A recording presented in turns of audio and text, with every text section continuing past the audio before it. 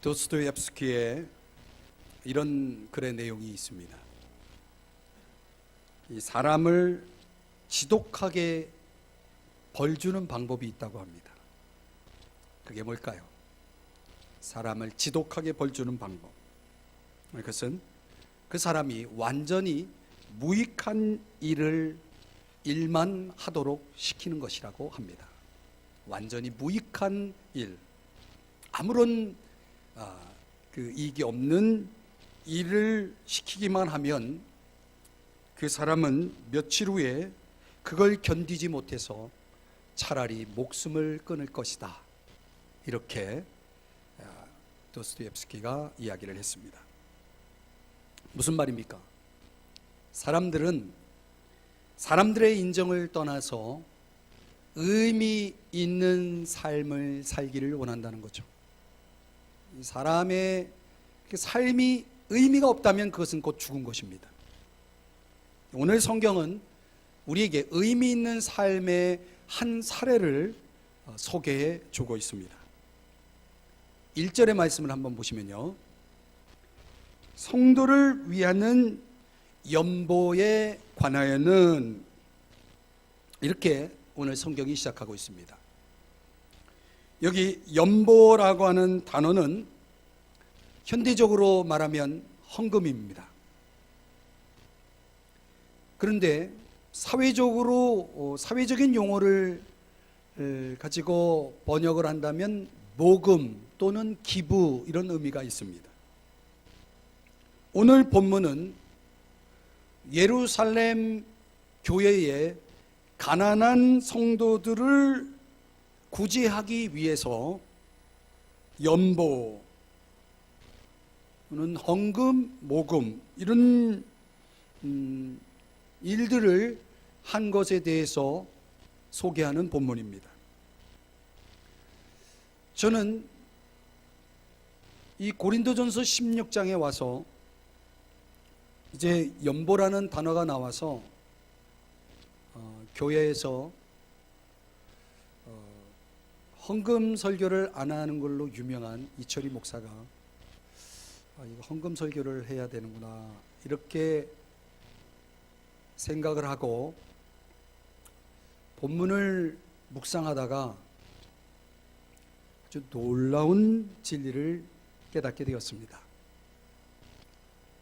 본문은 우리가 듣기에 좀 부담이 될 수 있는 헌금을 주제로 하는 본문이지만 사실은 헌금 이야기가 아닙니다.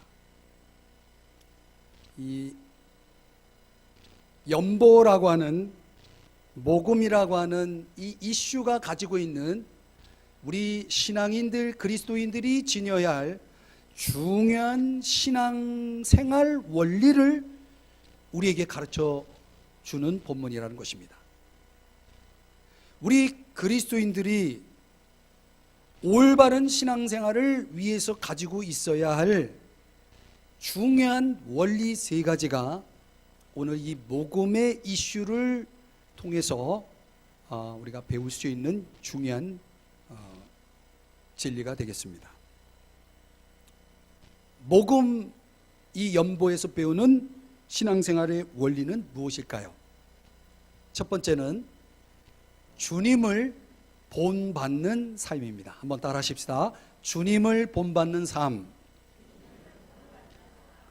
오늘 1절의 말씀을 보시면 너희도 그렇게 하라. 1절의 끝부분에 그렇게 나오죠. 너희도 그렇게 하라. 이게 무슨 얘기냐면, 자, 저를 보실까요? 당시 예루살렘 교회, 그 교회 안에 가난한 그리스도인들이 있었습니다. 근데 그 가난의 원인이 뭐냐면 기근입니다. 자연재해. 소위 천재라고 하는 자연재해로 인해서 이 예루살렘 교회가 어려움을 겪고 있었습니다. 교회가 어렵다는 것은 곧 성도가 어렵다는 얘기죠. 자, 이런 상황에서 사도행전의 내용을 읽어보면 종종 이런 어려움이 있을 때 다른 교회가 그들을 구제하기 위한 모금을 해서 그 복음을 전달한다라고 하는 그런 내용이 성경에 소개되고 있습니다. 이 바울은 여러 교회들을 세운 사람입니다.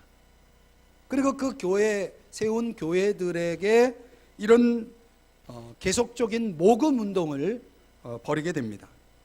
그래서 오늘 1절을 다시 보시면 거기서부터 보십시다. 내가 갈라디아 교회들에게 명한 것 같이, 여기 복수를 사용하고 있죠. 이 갈라디아 지역에 있는 여러 교회들, 예를 들면 바울이 복음을 전할 때 더베라고 하는 도시를 가기도 하고, 이고니온, 또 루스드라, 비시디아, 안디오, 이런 여러 도시를 방문해서 복음을 전해서 그 도시 안에 복음을 받아들이고 예수를 믿고 거듭난 신자들이 생기고, 그 신자들에 의해서 교회가 생겨났겠죠. 그런 교회들에게 명했다. 뭘 명했냐면 어려운 사람을 도우라는 겁니다. 어려운 성도들을, 어려운 교회들을 도우라는 겁니다. 이런 모금 운동에 함께 여러 교회들이 동참하고 있었다는 것이에요. 거기에 따라서 고린도 교회 성도들에게 편지를 쓰면서 너희도 그렇게 하라. 이 모금 운동에 너희도 좀 동참해 다오. 이런 부탁을 하고 있는 거죠. 자, 여기에는요, 하나님의 경제학이, 하나님의 경제학의 원리가 반영되어 있습니다. 조금 어려운 용어인데요, 하나님의 경제학을 좀 설명하려면 고린도후서 8장 9절에 나와 있는 말씀을 제가 여러분에게 읽어드리도록 하겠습니다. 거기 보면 우리 주 예수 그리스도의 은혜를 너희가 알거니와 부요하신 이로써 너희를 위하여 가난하게 되심은 그의 가난함으로 말미암아 너희를 부요하게 하려 하심이라. 자, 이 모금이라고 하는 이 이슈는 바로 하나님의 경제학에서 나왔다라고 하는 것이죠. 그 하나님의 경제학은 쉽게 얘기하면 주 예수 그리스도께서 어떤 분입니까? 하나님의 아들이시죠. 하나님이십니다. 그런데 빌립보서 2장에 보면 하나님과 동등된 그분이 그 동등됨의 영광과 그 부요함과 하나님으로서 누리는 그 권세, 그 모든 부요함을 포기하고 이 땅에 내려오셨죠. 그것을 가리켜서 우리는 성탄절이라고 하죠. 이 땅에 내려오셔서 그분이 어디서 태어났죠? 우리가 잘 아는 대로 말 구유에서 태어났습니다. 여러분, 인간으로서 인간답게 살기 위해서 가장 최소한의 기본권이 뭔지 아십니까? 집이죠. 예수님은 어디서 태어났어요? 말구유. 집이라 할 수 없죠. 예수님은 어느 정도 가난해지셨냐면 하나님이신 그분이 하늘의 그 모든 영광과 권세와 부요를 포기하고 내려오셔서 집 하나 없는 그런 가난한 자리로 이 땅에 오셨다는 것입니다. 이거 전문 용어로는 성육신이라고 하죠. 그분이 인간의 몸을 입고 이 땅에 내려오실 때 대단한 어떤 왕적인 위치로 대단한 가문에 태어난 것이 아니고 따뜻한 집 한 채 없는 그런 곳에서 태어나셨다. 이보다 더 가난할 수 있습니까? 그분이 왜 그렇게 가난하게 되셨냐면 성경에 의하면 우리를 부요하게 하기 위해서. 그분이 왜 이 땅에 오셨나요? 오늘 저와 여러분을 구원하시고 영원한 생명을 주시기 위해서 오셨다는 사실입니다. 그래서 우리는 이제 더 이상 가난해지지 않고 우리는 부요해졌다는 것이죠. 어디 이것뿐입니까?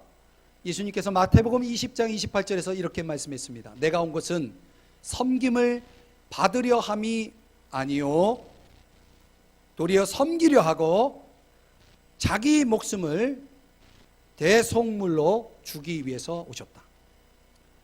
예수님은 집 하나 없는 가난한 신분으로 이 땅에 오셨을 뿐만 아니라 그 몸덩어리 하나, 자신의 몸 하나도 남기지 않고 대속물로 주셨다는 것입니다. 여러분, 이보다 더 가난할 수 있습니까? 없죠. 그분의 가난하심은 오늘 저와 여러분의 구원과 생명, 그리고 이 은혜로운 삶의 자리로 나올 수 있는 이런 부요함으로 우리를 이끌어 주었다는 것이죠. 이게 하나님의 경제학입니다. 이런 말도 안 되는 경제학을 하나님은 실천하신 거죠. 그래서 예수님 자신은 디아코니아, 소위 말하는 섬김이라는 정신으로 그분은 우리를 위해서 모든 걸 바쳐 주신 그런 모범을 보여주셨다는 것입니다. 모금운동은, 모금이라고 하는 이슈는, 헌금이라는 이슈는 궁극적으로는 예수님의 디아코니아, 섬김의 실천의 표현이라는 사실입니다. 여러분, 우리는 지금 누구를 믿고 있습니까? 우리는 그 예수님을 믿고 있습니다. 그 부요하신 분이지만 가난하게 되신 그분을 믿고 있는 사람이에요. 왜 우리가 그분을 믿고 있습니까? 복 받으려고요? 아니에요. 로마서 8장 29절 30절에는 그 아들의 형상을 본받게 하기 위해서, 그러니까 우리의 부르심의 목적, 우리의 구원의 목적은, 성경적인 목적은 우리로 하여금 예수님을 본받으라고 예수를 믿게 했다는 거예요. 그는 저와 여러분의 삶은 그 하나님의 경제학의 원리를 적용하는 그분의 삶을 본받는 삶이 되어야 한다는 거죠. 그래서 사도 바울이 고린도전서 11장 1절에서 뭐라고 말씀했냐면, 내가 그리스도를 본받은 자가 된 것 같이 너희는 나를 본받으라. 이 바울이라는 사람은 자기가 예수님을 본받았다, 예수님의 그 삶의 원리를, 예수님의 그 고귀하신 삶을, 가르침을 내가 본받고 있으니 너희들은 예수님까지 안 가더라도 나를 좀 본받아라, 이렇게 바울이 이야기합니다. 그러면서 바울 자신이 보여준 모범을 사도행전 20장에서는 뭐라고 얘기하냐면, 내가 수고하여 약한 사람들을 도왔다. 누굴 도왔다고요? 약한 사람들, 나보다 약한 사람들을 내가 도와왔다. 그러면서 주 예수께서 친히 말씀하신 바, 주는 것이 받는 것보다 복이 있다 하심을 기억하여야 할지니라, 이런 말씀을 하고 있어요. 그러니까 예수님의 가르침이 뭐냐면, 주는 것이 받는 것보다 어떻다고요? 복이 있다라는 거죠. 뭐가 더 복이 있어요? 주는 것이 더 복이 있다는 거죠. 여러분은 예수님을 믿으시나요? 예수님을 닮고 계시나요? 이렇게 물으면 좀 답하기가 조금 곤란스럽죠. 예수님을 믿는다는 것은 무슨 얘기냐면, 무슨 의미냐면 예수님을 닮고 있습니다, 이런 뜻이에요. 이 기독교사에 널리 알려진 마틴이라고 하는 분이 있는데요, 이분은 이 수도원 사업에 아주 큰 영향을 끼치고 공헌한 분이라고 합니다. 근데 이분이 아버지가 기병대에 그 봉사를 하신 분이라서 자신도 아버지를 따라서 이제 기병대에 들어갑니다. 근데 어머니는 하나님을 믿지 않는 이교도예요. 믿지 않는 불신자입니다. 그런데 이 마틴이 14살이 되었을 때에 예수님을 믿고 기독교인이 됩니다. 그리고 그가 이제 성장해서 아버지를 따라서 이제 기병대에 들어가서 이제 생활을 하게 되는데, 이제 군복을 입고 말을 타고 어느 추운 겨울날 길을 가고 있는데, 그 어떤 사람이 추위에 벌벌 떨면서 그 거리에서 있는 거예요. 너무 불쌍해 보이는 겁니다. 마음은 돕고 싶은데 지금 당장 도울 길이 없는 거예요. 군복을 벗어줄 수도 없고. 그렇게 잠시 망설이다가 이 마틴이 자기의 군복의 절반을 찢어가지고 그 추위에 벌벌 떨고 있는 사람에게 그 추위를 좀 덜 나고 덮어줍니다. 그리고 이제 갑니다. 자, 그날 이 마틴에게 무슨 일이 벌어지냐면 이 마틴이 꿈을 꿉니다. 꿈에 예수님이 나타나시는 거예요. 예수님이 어떤 모습으로 나타났냐면 그 절반 찢어준 군복을 입고 나타나신 거예요. 마틴이 깜짝 놀랐죠. 그런데 예수님이 마틴이 자신의 군복을 절반 찢어져서 준 그 옷을 입고 옆에 있는 천사들에게 이거 저 마틴이 내가 벌벌 떨고 있을 때 나한테 준 옷이다 하면서 마틴을 칭찬하는 거예요. 이 꿈의 환상을 통해서 마틴의 삶이 완전히 달라집니다. 그래서 그 꿈을 꾼 이후에 마틴은 자신의 남은 평생을 이런 선한 일을 위해서 하나님의 뜻을 따라서 자신의 삶을 헌신하여 살았으므로 정말 이 교회사에는 그가 남겨놓은 그 공적이, 그 공헌이 굉장히 컸다라고 하는 사실입니다. 사랑하는 여러분, 우리의 신앙생활은요, 나 자신의 유익을 추구하는 그런 차원의 신앙이 아니라 주 예수께서 보여주신 본을 따라가는 신앙이어야 합니다. 내가 다른 사람들에게 무엇을 바라는 것 이전에 나 자신이 바울처럼 내가 그리스도를 본받은 것처럼 너희는 나를 본받으라라고 말할 수 있는 신앙인이 되어야 합니다. 이 모금의 이슈는, 헌금의 기본 정신 이슈는 뭐냐면 주 예수를 본받는 것입니다. 그분이 보여주신 가르침과 삶을 통해서 나타난 하나님의 경제학이 내 삶 속에 반영될 때 우리는 그만큼 그분을 본받고 있는 것이죠. 거기에 진정한 신앙의 정신이 있는 것이고 모습이 있는 것입니다. 기억하십시오. 신앙생활은 주님을 본받는 데 있습니다. 두 번째, 오늘 이 모금의 이슈를 통해서 주님이 우리에게 가르쳐 주신 두 번째 놀라운 진리는 서로가 하나 되는 삶을 살라는 것입니다. 한번 따라 하십시다. 서로가 하나 되는 삶.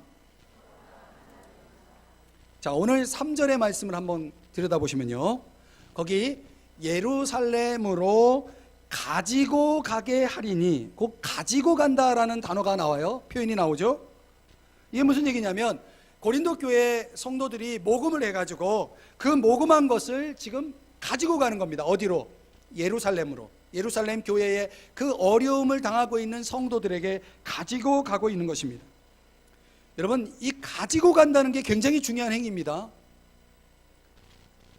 저 멀리 떨어져 있는 예루살렘에 있는 교회와 고린도 교회가 무슨 상관이 있습니까? 그들은 유대인이고 이쪽은 이방인이에요. 종족이 달라요. 거리도 있어요. 한 번도 만나본 적이 없는 사람들이에요. 근데 왜 그들은 지금 자신들이 모금한 걸 가지고 그들에게 가고 있냐라고 하는 것이죠. 이것은 갈라디아서 2장 10절에서 말씀하고 있는 것처럼 이 초대교회 성도들이 가지고 있었던 기본 정신 속에 아주 중요한 가르침이 하나 있었습니다. 그게 뭐냐면 가난한 자를 기억하라는 것입니다. 한번 따라 하십시다. 가난한 자를 기억하자. 그 사람이 누구든지 간에 가난하다면 그들을 기억해야 한다는 것입니다. 왜 기억합니까? 도우라고. 그들을 돕기 위해서 기억하라는 것입니다. 예루살렘의 유대 그리스도인들을 돕기 위해서 누가 나서냐면 유대인들이 나선 게 아니고 이방인들이, 그리스도인 이방인들이 나섰다는 것이죠. 왜 나섰을까요? 그들과의 유대 관계 때문에 그렇습니다. 그들과의 상호성, 이런 걸 가르쳐서 어려운 단어로 코이노니아라고, 그래서 어떤 분은 약간 좀 풍자적으로 꼬이노니아라고 이렇게 얘기하죠. 꼬이는 것. 꼬이는 게 좋은 의미로서 꼬이는 겁니다. 서로 얽혀 있는 것. 이 코이노니아라고 하는 교제라는 단어를 사용합니다. 그래서 이것이 있을 때, 그 교제가 있을 때 관계가 어떻게 돼요? 돈독해지는 거죠. 여러분, 사람과의 관계를 돈독하게 하는 방법이 뭔지 아십니까? 뭘 가지고 가는 겁니다. 김장을 했어요. 옆집에 작은 통에 정성스럽게 김치를 담아서 옆집에 전달을 합니다. 이게 뭘 의미하는 겁니까? 당신과 내가 돈독한 관계입니다 라고 하는 걸 표현하는 거예요. 여러분, 당장 김영란법을 생각하시겠죠? 그건 잘못된 방법에서 나온 참 불행한 법이에요, 사실은. 그게 우리 사회가 가지고 있는 정말 미덕이라고 하는 것은 이게 무엇을 서로 나눌 수 있다라고 하는 것이죠. 그 동기나 목적이 불순하지 않는 이상, 정말 순수한 마음에서 우러나오는 이상, 그 분량이 어떠하다는 것이, 그게 그 사회에서 문제가 되는 것이 문제죠. 그게 문제죠. 김영란법은 제가 정치적으로 보고 싶지는 않지만 그 법 자체는 이 사회가 건강하지 않다라는 것 증거입니다. 얼마나 인간들이 불순하면 그런 법으로 나누는 행위조차도 제약을 받을 수밖에 없는 사회가 되었겠습니까? 누군가의 관계를 돈독하게 하기 위해서는 나누는 것이 중요하죠. 아무에게나 나누겠습니까? 로마서 15장에 보면은요, 이런 표현이 나와요. 마게도냐와 아가야 사람들이 예루살렘 성도 중에 가난한 자들을 위해서 기쁘게 얼마를 연보하였다.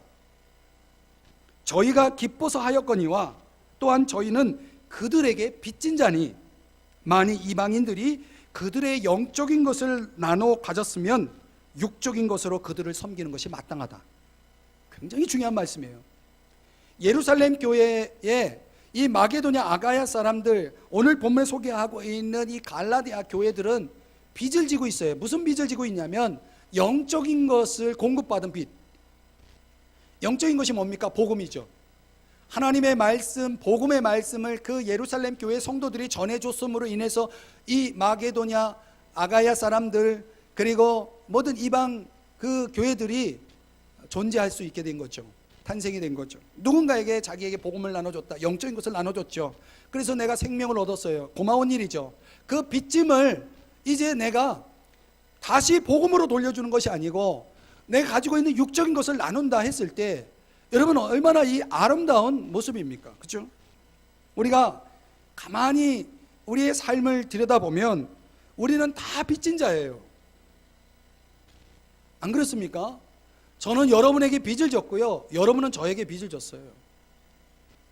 여러분, 우리의 삶의 이 현장을 한번 가보세요. 내 주변에 그 누군가가 있기 때문에 내가 존재한다라고 하는 것을 우리가 깨달을 필요가 있어요. 그래서 나눔은 곧 빚이에요. 빚은 갚음으로 응답하는 것이 마땅한 것입니다. 안 그렇습니까, 여러분? 그래서 우리가 그리스도 몸 안에서 서로 상호 의존하고 있다라고 하는 것을 보여주는 방법이 뭐냐면 나누는 것입니다. 그 나눔이 단순한 물질적인 차원만 아니라 우리의 인적인 것들, 말하자면 정신적인 것 또는 영적인 것, 또 어떤 사역적인 것, 이런 것들을 다 포함하고 있는 거죠. 고린도후서 8장에 보면은 이런 말씀이 나와요. 이제 너희의 넉넉한 것으로 그들의 부족한 것을 보충함은 후에 그들의 넉넉한 것으로 너희의 부족한 것을 보충하여 균등하게 하려 함이라. 기록된 것 같이 많이 거둔 자도 남지 않고 적게 거둔 자도 모자라지 아니하였느니라. 굉장히 중요한 말씀이죠. 여러분, 내가 언젠가 지금 내가 누구를 돕고 있다면 그 도움의 손길이 언젠가는 나에게 다시 돌아온다는 거예요. 내가 지금 도울 수 있다고 해서 이 도울 수 있다는 게 마냥 도울 수 있을까요? 심은 대로 거둔다는 말이 있죠. 우리가 누군가를 도울 수 있다라고 하는 것은 참 축복된 일이죠. 그런데요, 언젠간 나도 누군가의 도움을 받아야 할 때가 올 것입니다. 우리는 그런 상호적인 서로가 가지고 있는 넉넉함을 나눔으로 인해서 서로의 부족함이 보충되어지는, 그래서 뭐가 돼요? 균등이 이루어지는 거죠. 이런 걸 가르쳐서 하나됨이다 라고 말하는 것입니다. 그러니까 하나됨의 정신은 바로 그런 것이죠. 그래서 우리가 앞서 살펴봤던 고린도전서 12장에서는 무슨 말씀이 나오냐면 서로 돌아보게 하셨다. 너희가 지체가 돼서 서로 같이 돌보게 하였다라고 말하고 있습니다. 여러분, 이 몸이 되기 위해서는 이 몸에 붙어있는 모든 지체는 서로 돌보지 않으면 살아갈 수가 없는 거죠. 굳이 설명하지 않아도 말이죠. 그래서 교회라고 하는 것은 이 한 몸입니다. 그래서 몸의 지체는 서로 돌봐야 하는 것이죠. 그 한 지체가 고난을 당할 때에 함께 고난을 당하고 한 지체가 즐거움은 같이 즐거워하는 것이 한 몸인 거죠. 오래전에 여러분에게 비유로 말씀드렸던 이 탈무드에 나오는 이야기 가운데 기억나십니까? 이 몸은 하나인데 머리가 두 개인 귀영아가 태어나죠. 팔다리도 두 개씩 있고 네 개죠. 그러니까 이게 도대체 둘이냐 하나냐라고 하는 시비가 벌어졌을 때 랍비가 지혜로운 한마디를 던지죠. 고통이 전달되면 한 몸이다. 둘이냐 하나냐라고 하는 그 기준이 뭐냐면 고통이 전달되고 있느냐라고 하는 것입니다. 여러분, 용서하고 들으시는데 저는 이 목사의 눈으로 우리 사회를 바라볼 때 우리 사회에서 벌어지는 모든 병폐의 근본적인 중심 뿌리는 뭐냐면 이기주의입니다. 집단적 이기주의. 그것이 집단의 형태로 나타나기도 하고 어떤 형태로는 가족 단위로 나타나기도 하고 어떤 경우에는 개인적으로 나타나기도 합니다. 우리 사회는 나와 너가 분명해요. 우리라고 하는 그 단어를 공유할 수 없는 사람은 다 남이고 적이고, 그래서 그들을 어떻게든 상종하지 않는, 그래서 적으로 생각하기 때문에 죽이죠. 상대를 죽여서 우리를 더 강화시키는 그런 이 집단 이기주의가 저는 우리 사회가 가지고 있는 근본적인 문제의 뿌리라고 생각됩니다. 제가 박사 논문을 쓰다가 이 건강한 사회, 건강한 교회라고 하는 주제의 논문을 쓰다가 살펴보게 된 우리 이 사회, 현재 사회를 보여주는 이 관련된 서적들을 이렇게 연구하다가 보게 된 책들의 공통적 내용이 뭐냐면 이 바로 집단적이든 개인적이든 간에 인간의 그 이기주의, 이 개인주의라고 하는 이 문제가 지금 우리 한국 사회를 이렇게 병들게 했다는 것이죠. 사랑하는 여러분, 신앙생활은 혼자 하는 게 아닙니다. 어떤 사람은 그렇게 얘기하죠. 나만 예수 잘 믿으면 된다. 천만의 말씀이에요. 여러분, 하나의 예를 들어보면 내 자식이 잘 되면 다 잘 되는지 아십니까? 안 그래요. 남의 자식이 잘 되지 않으면 내 자식도 절대로 잘 될 수가 없어요. 내 자식이 귀하면 다른 사람의 자식도 귀한 겁니다. 같이 존중되고 같이 잘 되지 않으면 내 자식은 그 피해를 다 보게 돼 있어요. 그래서 내 자식도 안 되게 돼 있는 겁니다. 여러분, 이런 공동체적인 이 마인드가 우리 사회 전반에 참 부족하다는 거예요. 여러분, 우리 삼성중앙교회가 잘 되면 다 잘 되는 겁니까? 천만의 말씀이에요. 이 지역에 있는 교회들이 다 잘 돼야 됩니다. 여러분, 우리 사업장만 잘 되면 다 잘 되는 겁니까? 안 그렇습니다. 다 잘 돼야 됩니다. 우리나라만 잘 되면 잘 되는 겁니까? 지금 다른 나라들이 다 어려워하는데 그런 그 피해가 다 오는 거예요.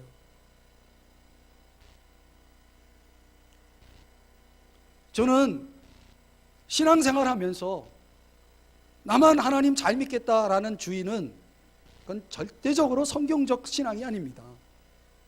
나만 예수 잘 믿고 복 받으면 된다라는 생각을, 죄송하지만 여러분들이 신앙생활을 제대로 하려고 한다면 그걸 빨리 버려야 됩니다. 여러분들이 교회 나오는 목적은 복 받기 위해서 나오는 게 아니에요. 사실은 복은 따라오는 부수적인 은혜일 뿐이지 그게 주가 아니라는 거죠. 여러분들은 교회에서 은혜 받기 위해 나오는 것이 아니고 은혜를 나누기 위해서 나와야 되는 거예요. 여러분, 돈을 버는 목적이 내가 잘 먹고 잘 살기 위해서 버는 게 아니고 남에게 나누기 위해서 돈을 버는 거예요. 우리 자녀들이 공부 열심히 하는 게 그 자녀가 잘 되기 위해서 하는 게 아니고 이 사회를 위해서, 나라를 위해서 뭔가 기여하기 위해서 열심히 하는 거예요. 이런 것들이 서로 같이 살아가는 이런 삶을 배우지 않으면 올해는 무슨 독립도사가 된 것처럼 나 혼자 잘났고 나 혼자 잘 되고 이런 것이 우리 사회의 정신이, 주 정신이 되면 그 나라는 망하는 거고 그 가정은 망하는 거고 그 사회는 망하게 돼 있는 것입니다. 교회도 마찬가지예요. 안 그렇습니까, 여러분? 옆 사람에게 슬쩍 물어보세요. 안 그러냐고. 안 그렇습니까, 여러분? 여러분, 우리가 이제 교회 공동체 안에서 이렇게 예배를 드리고 있지만 우리가 정말 함께 살아가고 있다라고 하는 것을 잊지 말아야 됩니다. 여러분, 사람과 원수 맺지 마세요. 그 사람은 원수가 아니라 내가 살아가는 목적이에요. 왜 사람을 미워하세요? 왜 사람을 원수 관계를 맺으세요? 그러지 마세요. 우리는 공동 운명이라는 걸 생각해 보세요. 이제 이런 공동의 정체성을 실질적으로 표현하는 의무감이 바로 이 모금의 이슈에서 반영되고 있다는 것이에요. 이 주변에 어려움을 겪고 있다. 그러면 그 문제는 그들의 문제가 아니고 내 문제다라는 생각을 가져야 되는 거예요. 이런 돌아보는 정신이 성숙한 신앙의 기준이 되어지는 것입니다. 그 하나됨을 표현하는 행위가 바로 나눔이고 연보, 헌금이고 그런 모금이죠.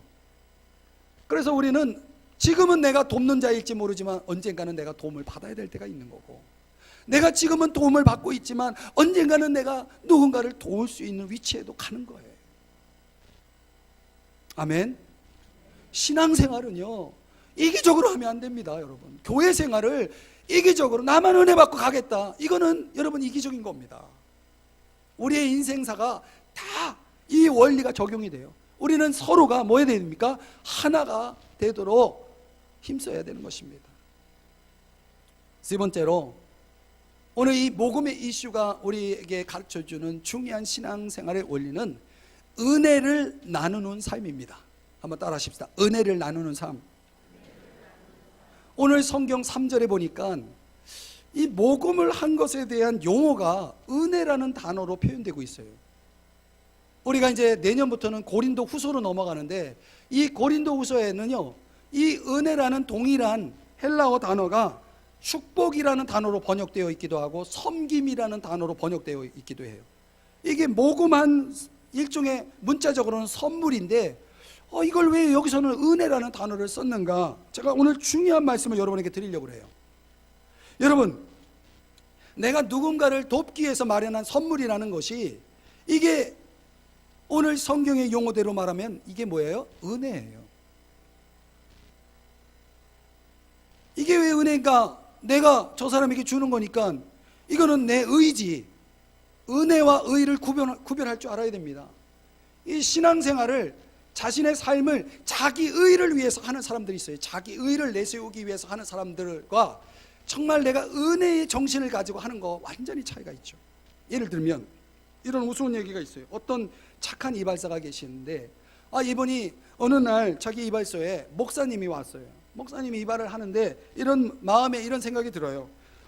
교회를 위해서 저렇게 애쓰고 봉사하시는 주의 종을 위해서 나도 교회를 위해서 좀 봉사한다는 마음, 하나님께 봉사한다는 마음으로 저분을 좀 공짜로 돈을 받지 않고 머리를 이렇게 해드려야 되겠다.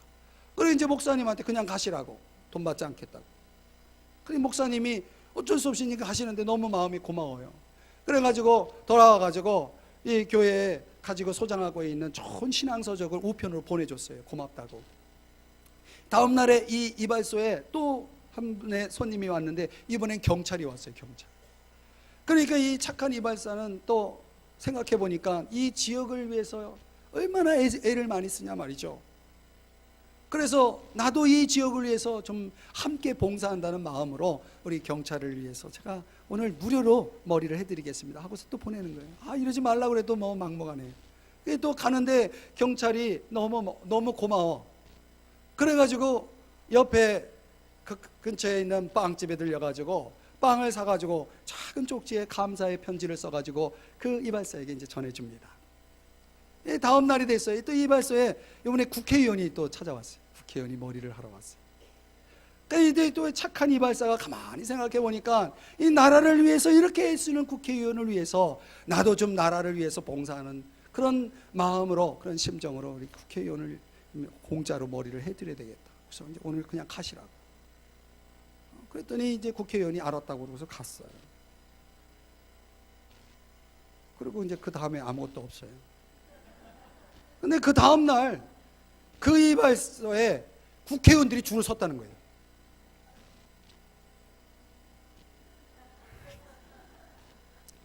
무슨 얘기인지 못 알아들으셔가지고 도대체 이게 뭔 얘기인가.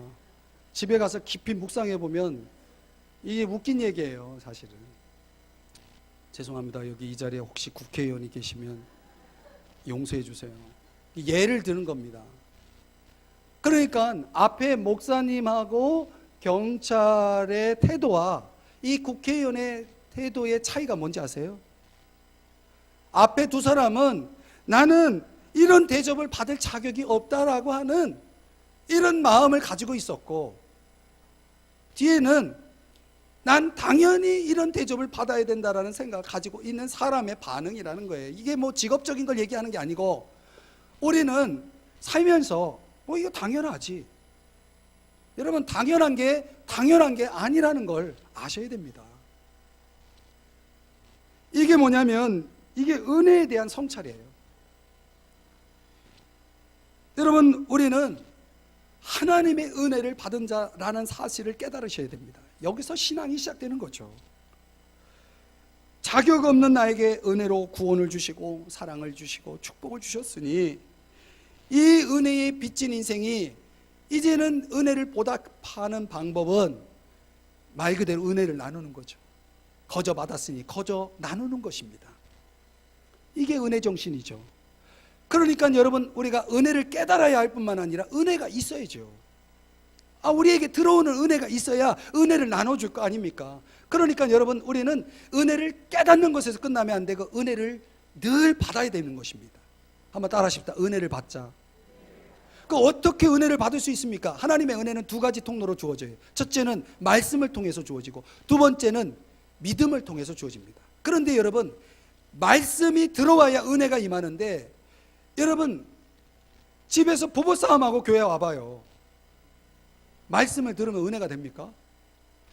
시험만 들지. 그러니까 여러분, 이 은혜를 받으려면 말씀이 들어와야 되는데 그 말씀이 들어갈 공간이 없는 사람들이 많아요. 어떤 사람이 그런 사람이냐? 마음에 돌이 있는 사람, 돌. 마음에 돌이 있는 사람은 거기다 뭘 심어도 자라질 않아요. 그 돌이 뭐냐면 상처예요, 상처.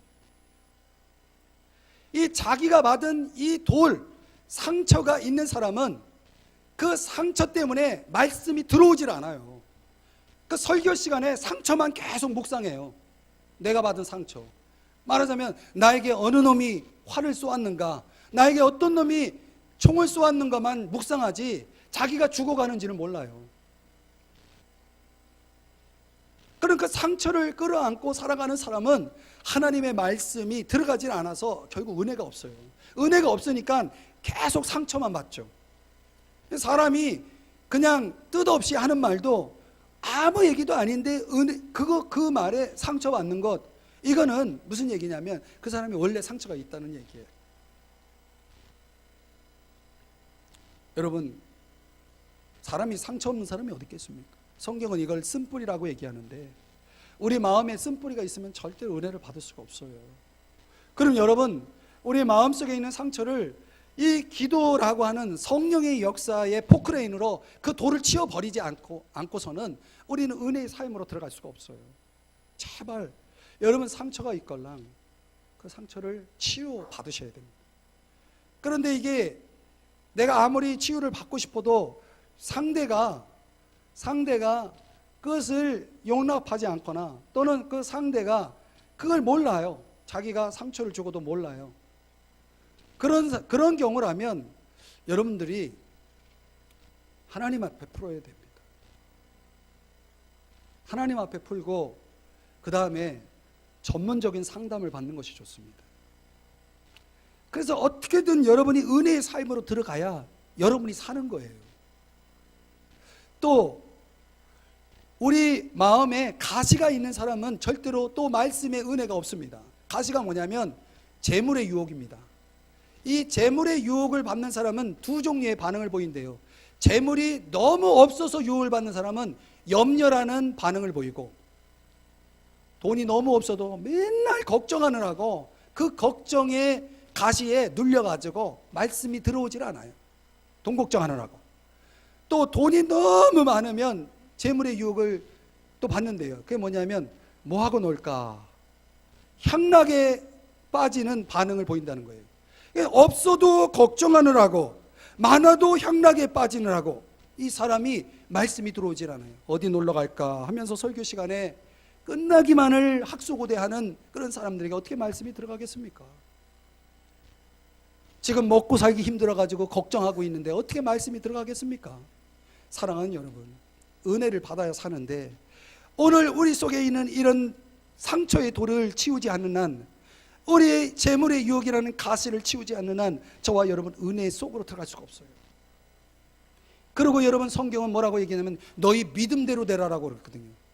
여러분, 이게 얼마나 놀라운 약속인지 몰라요. 우리가 믿음대로 축복을 누리고 복을 누리고 은혜를 누리는데 믿음이 요만큼 있으면 요만큼밖에 우리는 은혜를 못 누리는 거예요. 이 믿음의 크기만큼 우리가 은혜를 누릴 수 있는데 여러분, 믿음이 커요, 작아요? 작으면 다행이에요. 믿음이 없는 사람도 있잖아요.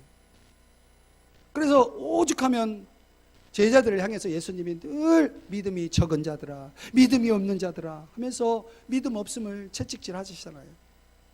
그러니까 여러분, 부탁이에요.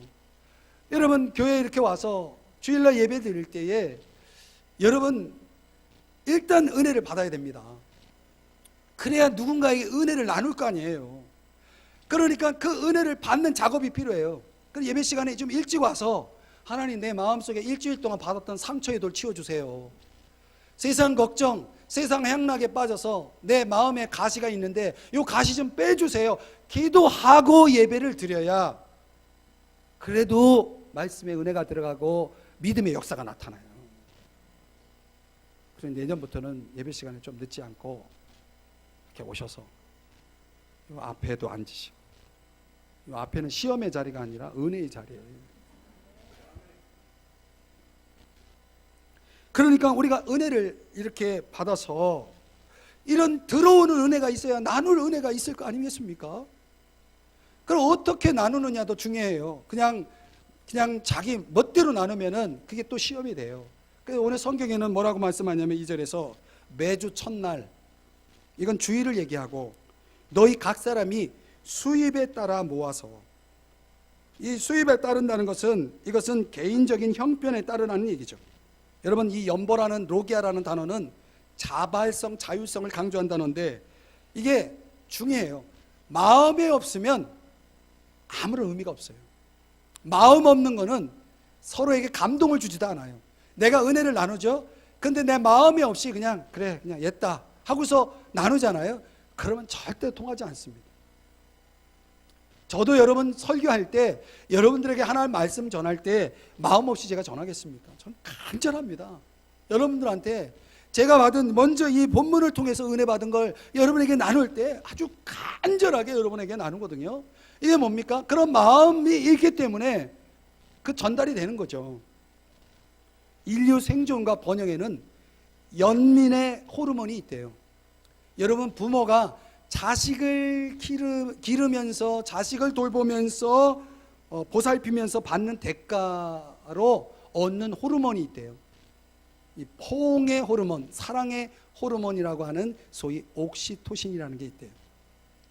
근데 그 옥시토신이 우리 몸 안에서 이 거울 뉴런이라고 하는 뇌 속 유전적 물질을 작용해서 이 사람의 마음 속에 만족과 행복감을 준다는 거예요. 그러니까 우리가 자식을 기르면서 보살피면서 그렇게 고생스러워도 부모의 마음이 행복한 이유가 거기서 오는 거죠. 옥시토신이라는 게 있어서.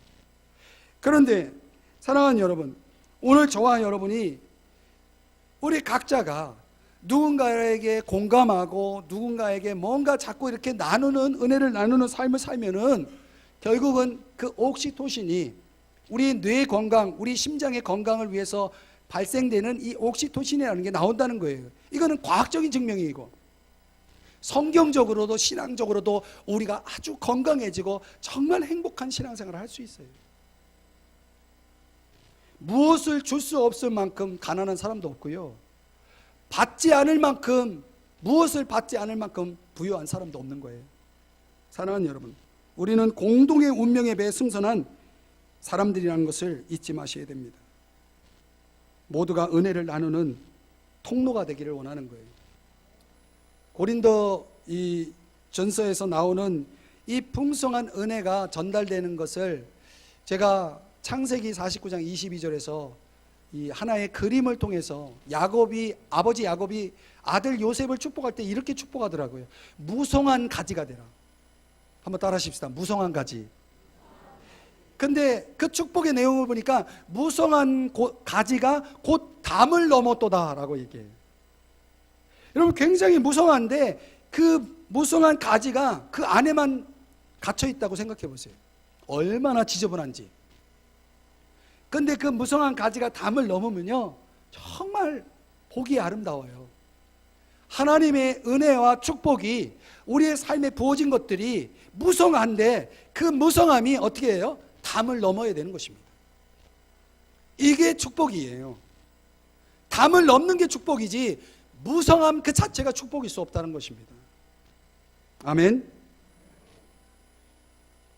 이 이그나시우스 로열라라고 하는 분이 가톨릭 교회 안에서 일어난 교회 개혁 운동으로 생긴 예수회라는 모임을 결성하게 되는데 그 예수회 모임의 영향으로 우리나라에 세워진 학교가 서강대학교예요. 근데 이 예수의 모임에 모인 사람들의 정신, 기본 그 발촉 정신이 뭐냐면 하나님의 뜻이면 세계 어느 곳이든 시체처럼 운반되고 맹인의 지팡이처럼 쓰임받겠다라고 하는 것이 그분들이 가지고 있는 기본 정신이었다고 합니다. 시체처럼 운반되고 맹인의 지팡이처럼 쓰임받겠다라는 하나님의 뜻이라면, 여러분 우리가 하나님의 손에 그렇게 절대적으로 쓰임을 받겠다라고 하는 이런 마음이 은혜 받은 자의 정신이라는 사실을 잊지 마셔야 됩니다. 좋아하는 사람들끼리는 사랑놀이라는 걸 해요. 날 잡아봐라. 그러면 그 놀이는 잘 잡힐 듯 말 듯 함죠. 잡혀줍니까? 안 잡혀주죠. 잡습니까? 안 잡죠. 그러나 그 놀이의 마지막은 어떻게 끝나죠? 잡힘으로 끝납니다. 이게 사랑이에요. 사랑은 구속입니다. 사랑은 자유가 아니고 구속입니다. 근데 구속이 행복하거든요. 그 구속됨이야말로, 그 사로잡힘이야말로 진정 행복이거든요. 우리는 하나님에게 구속되고 하나님에게 사로잡히고 이웃들에게, 성도들에게, 서로에게 사로잡힘으로 행복한 신앙생활이 되어야 될 줄 믿습니다. 복음의 이슈를 통해서 제가 이 말씀을 준비하면서 얼마나 기분이 좋았는지 몰라요. 놀라운 걸 깨달았어요. 야, 제가 그냥 헌금 설교했으면 여러분 다 시험 받았을 거예요, 지금. 근데 오늘 이 헌금의 정신 속에, 이 연보의 정신 속에 이 놀라운 신앙 원리가 이렇게 담겨 있다는 것을 제가 깨닫고 오늘 이 말씀을 여러분들과 나누면서, 야, 저부터도 또 우리 모두가 이 생활의 원리를 가지고 주님을 본받으시고 서로가 하나 되시고, 예? 서로가 좀 하나 되시고, 예? 좀 이제는 무성하기만 하지 말고 담을 넘는, 나누는 그런 삶으로 살아갔으면 좋겠습니다. 기도하겠습니다.